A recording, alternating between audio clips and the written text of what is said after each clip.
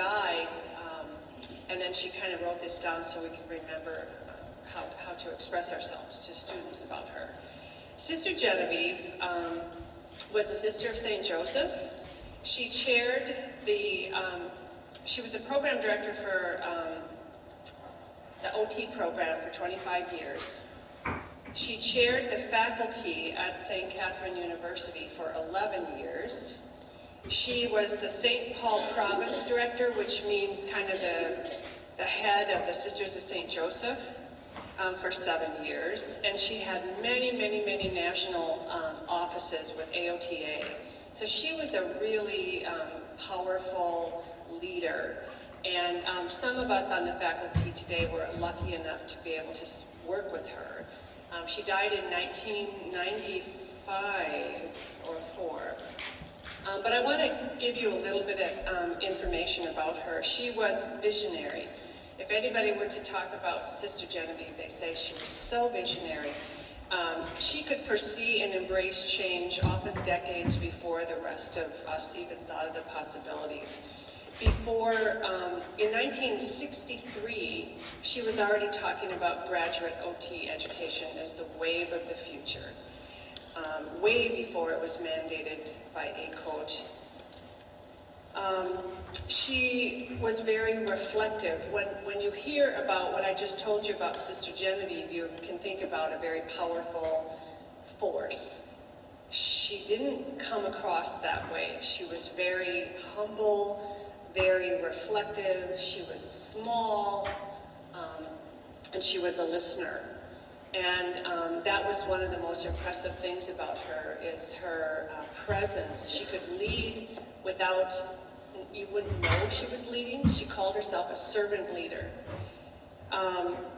She was also very, very committed to social justice, as we are, everyone is here at St. Catherine. Many students and faculty have written of her belief in them, her patience, her willingness to give them second and third chances so they could reach for the stars. She's somebody that everybody in the academic community, everybody in the OT community, and all of the Sisters of St. Joseph loved her so much that when she died suddenly, actually, she was working that year when she died, money just kept pouring in to us in her honor. We love Sister Genevieve. We really feel that she is occupational therapy at St. Catherine. Please take this money, have some kind of an endowment so that you can, faculty can continue to improve and you can give things to students. So that's what this is all about, is this money came in her honor, and we keep an endowment so that every year the interest from that, we can bring in a renowned scholar for you. We also bring in the renowned scholar, Jane K. Smith is going to also spend some time with the faculty, so it's also faculty development. So that's what the Sister Genevieve annual lectureship is about. We want you to be, to know her name, we want you to be proud of being at St. Catherine, and know that there is a whole strong history before you even got here in OT. We were the first OT program in the state, and I believe beyond. So on that note, I want to introduce Paula Burbay, who will introduce our guest speaker. Good morning. It is my pleasure to introduce Dr. Jane K. Smith. Dr. K. Smith has 32 years of experience in working with children, particularly in early intervention and preschool settings. She is the Director of Occupational Therapy at Ohio State University and teaches courses on school-based practices and working with young children.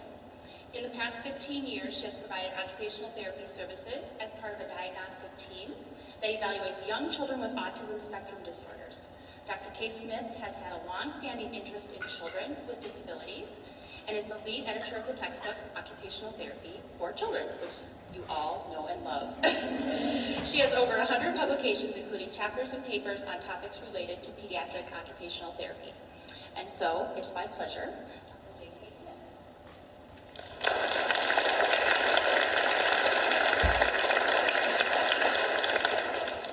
you hear me with this thing on my ear? Okay, great. Well, I'm very pleased to be here, and I love students who are our future, and so it's very nice to be with you today. And she introduced me as a scholar, but actually I'm really a practitioner at heart. And I just love the practice of OT. I love opportunities to work with children and to be on the ground doing what we are meant to do and what we do well. So, I'm going to, I don't know, some of you are interested in stroke and some of you are interested in mental health. I can't talk about those topics, so I love to talk about really the only thing I know about, which is working with children, and today working in the school systems, which I find to be a very challenging and exciting place to be, and we do really wonderful things in the schools. But that said, what drove the project I'm going to talk about is a concern that schools are beginning to think more proactively and more about prevention and capturing children at risk for disability or for failure in schools and trying to do some things to help those children before they end up in special ed and end up on an IEP. Do you know what an IEP is? So that given, I don't know if you're aware of this, but the role for occupational therapy in prevention isn't really carved out. We don't enter into the picture in most schools in most states until the child's on an IEP, and then they're on an IEP, they have a goal related to self-care or social or maybe handwriting and written expression, and then we are put on as a service for that child.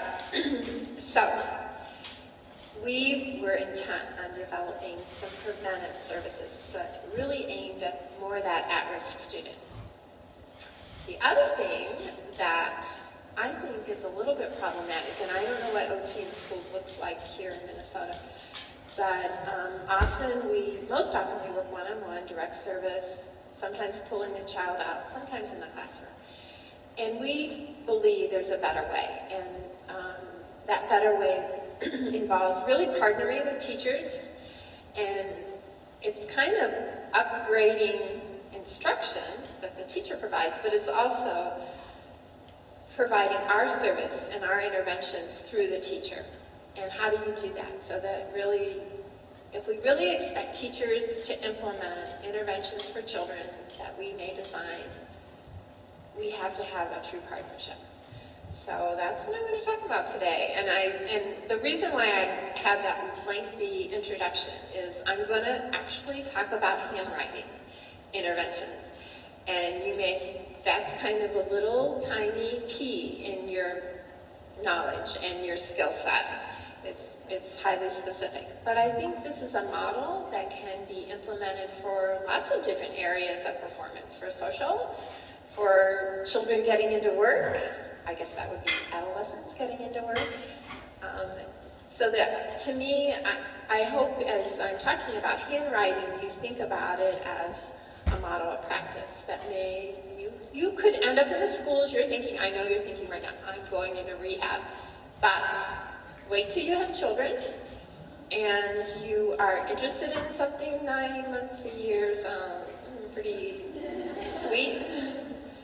You will be surprised where you end up practicing. So I'm going to, but this was a funded project, which is a good thing. It's a good thing when OTs get federal funding. And it was a developmental project out of the Institute for Education Sciences that allowed us to spend a lot of time reviewing the literature, looking at research related to handwriting instruction and handwriting interventions, and coming up with a set of principles that we wanted to use to guide our program. Then I'm going to talk about it and explain. That's where I hope to spend most of my time, because it was really cool and we had a lot of fun. And then I'm going to tell you about the results of our study. Kathleen, I don't have any way of keeping track of the time. Do you? Perfect, perfect. So what do we know based on the research literature? And I know you know all about reading the research literature. One thing we know is, and so here's the model of practice. I'm not quite sure what Minnesota's like, but basically in Ohio, handwriting instruction is out of the curriculum. For the most part, handwriting is not taught in elementary school or kindergarten. And maybe a little bit, but it's only if the teacher sneaks it in, because we have huge blocks of time for literacy and for math. And then when you add in some specials, handwriting just fell off. So what does that mean? That means kids basically are not taught how to write form letters for the most part, or there's very little instruction. So what does that mean? Well, based on the literature, it means that about half of the kids do fine. It's not a problem. They can pick it up. They just have the motor skill, and they're an all-together kid, and it's fine.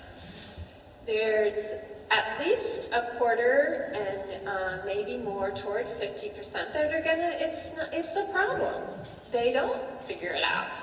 They don't learn handwriting well, and they may end up as illegible handwriters.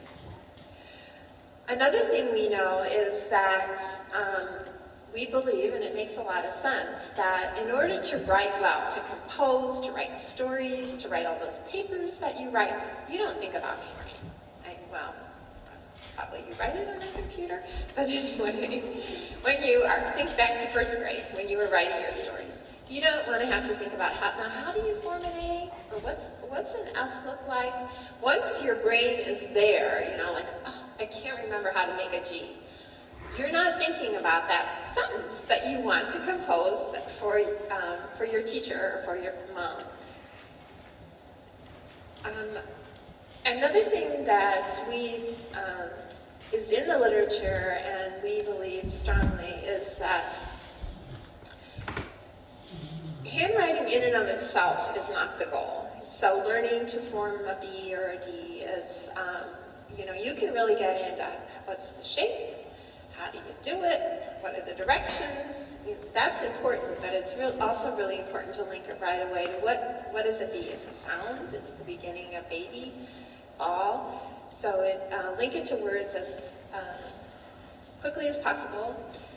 We also know legibility will affect a student's performance across virtually all academic subjects, and they actually did research on that. So they would have the exact same content on two different papers, maybe for a history assignment, and one was very poor handwriting or almost illegible, and the other was good handwriting. And guess what? Exact same content. The poorly written paper for handwriting always gets a lower score. And it makes sense. As a teacher who sometimes reads handwriting from students, it's very hard. You get in a bad mood when you read those papers. And then we also adopted this principle that it's important early on children understand that the reason why you have good, nice handwriting is to communicate. It's a very important part of communication. So then we read lots of literature on just handwriting instruction. So this is not intervention, this would be maybe with typical kids. So how do typical kids learn handwriting? And these are just some basic principles we came up with. They make a lot of sense that you would model how to do the letter, use verbal cueing that is soon faded, and I know Handwriting Without Tears has helicopters and magic seas and things that help you remember that letter. And then there were nice studies that encourage children to talk, so as they're writing their letters, they can guide themselves in saying how to form that letter, which I think is for some kids that is helpful and for others not so much. We know from all our motor learning research that repeated practice is very important, and then feedback. And interestingly, something that we embraced over time is one of the most important things for learning and for memory is self-evaluation. And I think you know that too. That's why the teacher's always there asking you to reflect. Now will you reflect on your experience and tell us what you really think about your performance? And that's because not